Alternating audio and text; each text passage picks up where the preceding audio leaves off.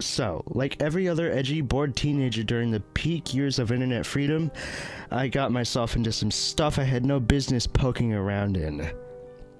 People talk about the glory days when internet anonymity was real and you could do all kinds of illegal things, but those people are full of shit.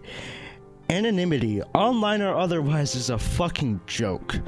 I learned that the hard way the summer I graduated from high school. I was held back in the 3rd grade after really serious illness kept me hospitalized for almost 6 months, so my friends graduated the year before me. My senior year sucked. I was alone and it was too late to make new friends, so I skipped a lot of classes and spent most of my time online playing games and talking to my friends through AIM. It was actually a really dark period of my life that I try not to think about too much, and because I haven't ever tried to repeat my deep web exploration, I've forgotten a lot of the stuff I did. I do remember, though, that it was my friend Brian who got me into deep web exploration.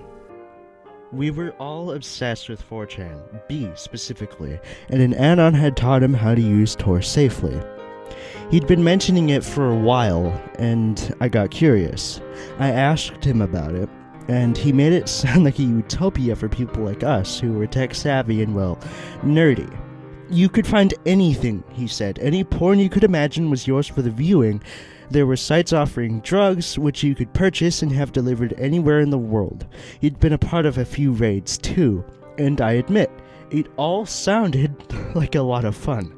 So, I downloaded Tor and he taught me how to access the hidden wiki and some other sites that were pretty neat. It ended up taking over my life.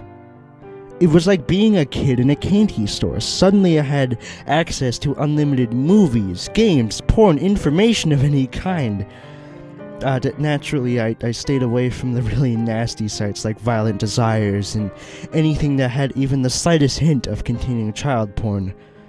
Of course, it's impossible to avoid that kind of thing down there, and I saw a fair share.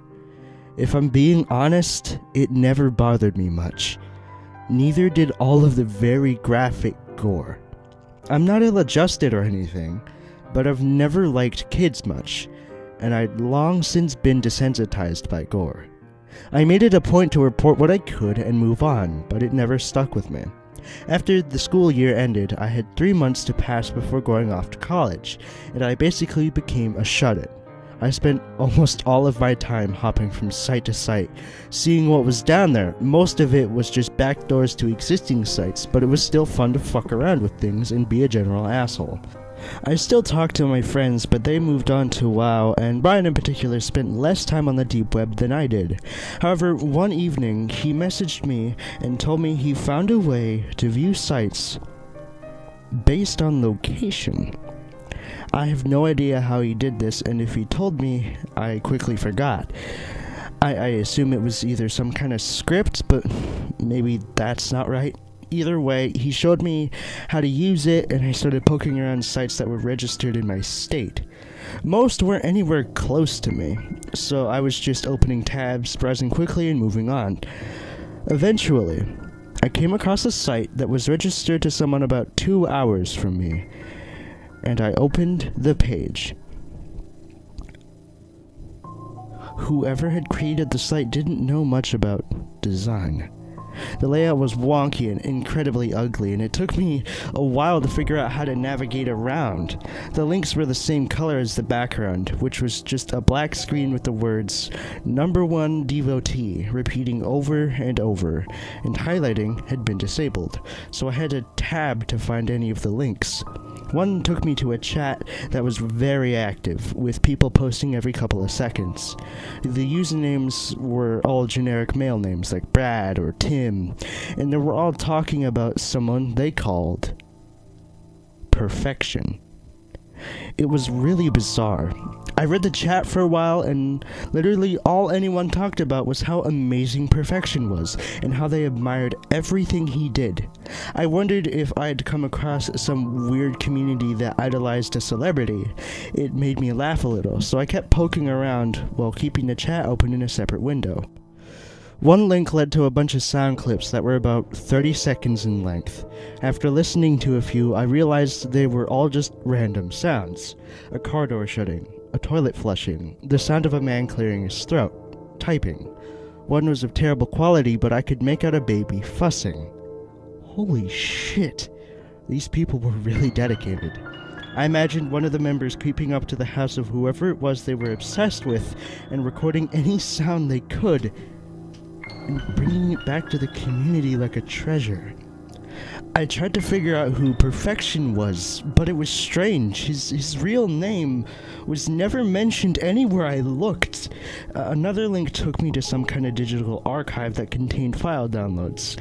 Warily, I clicked on one and downloaded it. It opened up to a document that was almost 500 pages long. And it seemed to be some kind of novel about growing up with Perfection. I only scanned it, but the general gist seemed to be that Perfection and the narrator were obsessed with each other. It read like any awful fanfiction. I closed it and downloaded another file. This one contained what looked like hand-drawn blueprints for a house, with the rooms labeled things like our studio and second kitchen for quarantined food.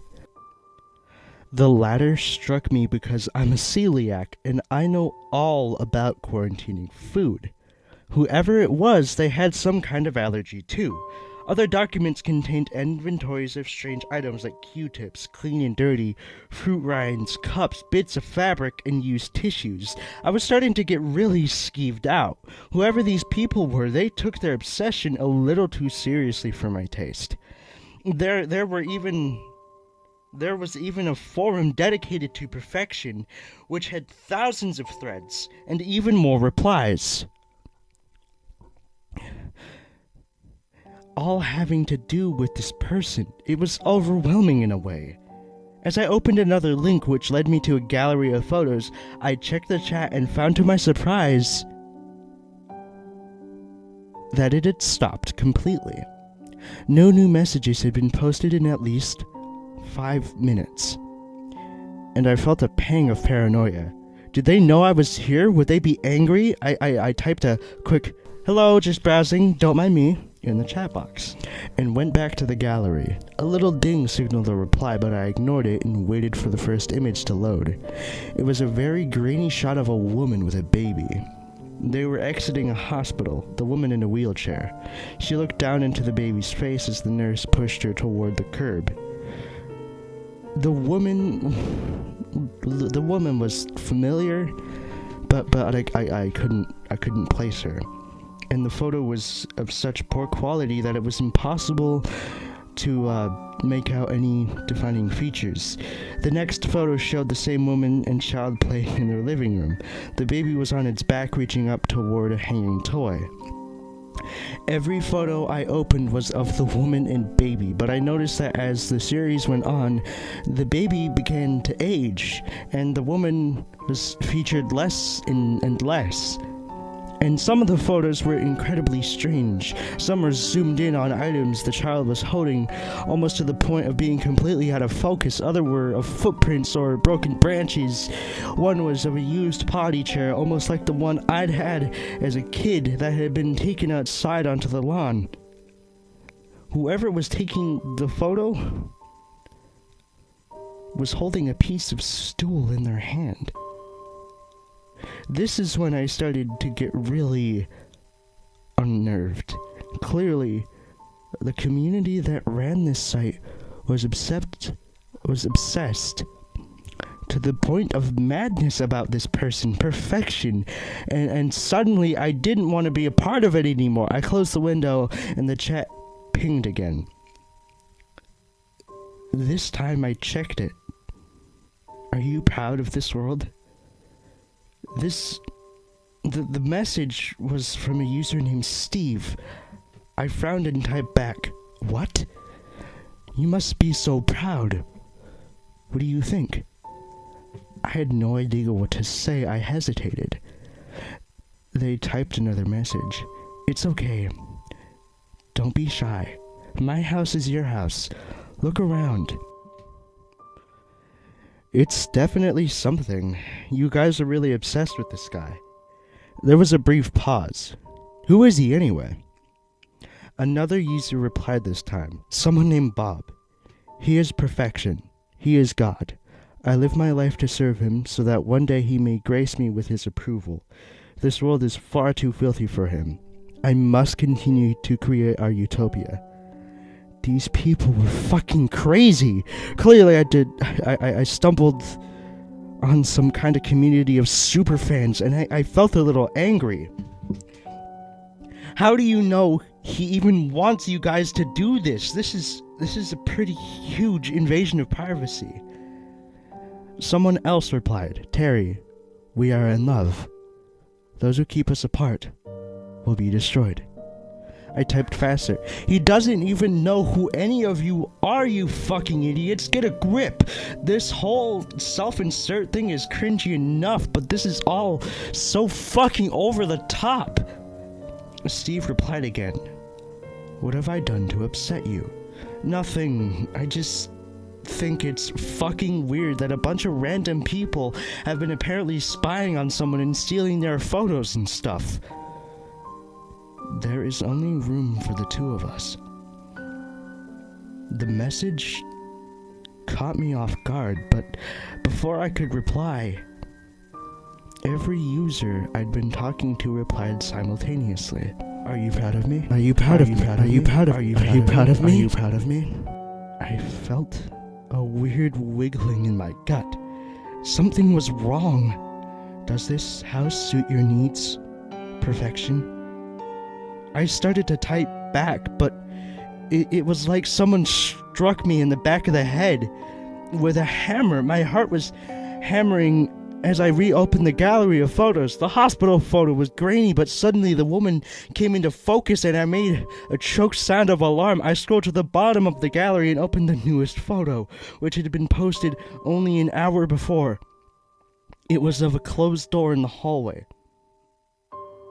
Light seeping under the door and illuminating the walls just enough to see my framed Batman poster and the distinctive paint smear above the doorknob where I'd brushed a wet paint roller by mistake a year before.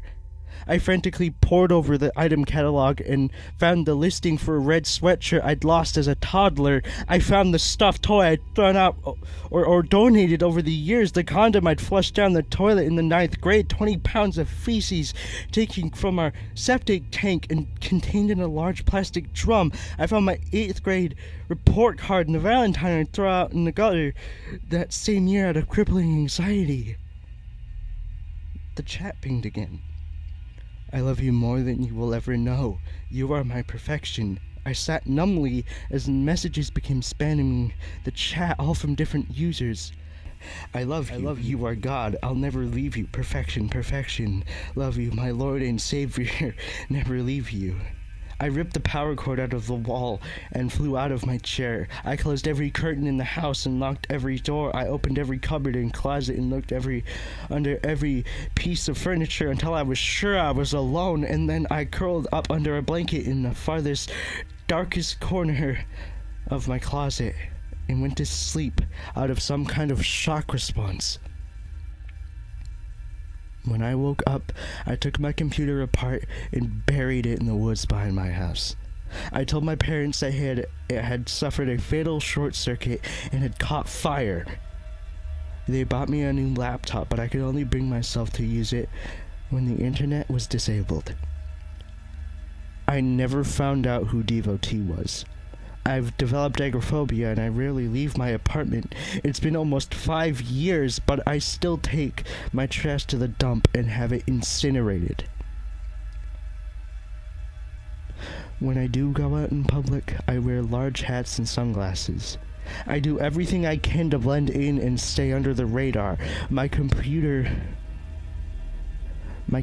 was unearthed and taken from its grave, but I'm not sure when. I hope I never found out. I still panic whenever things around the house go missing.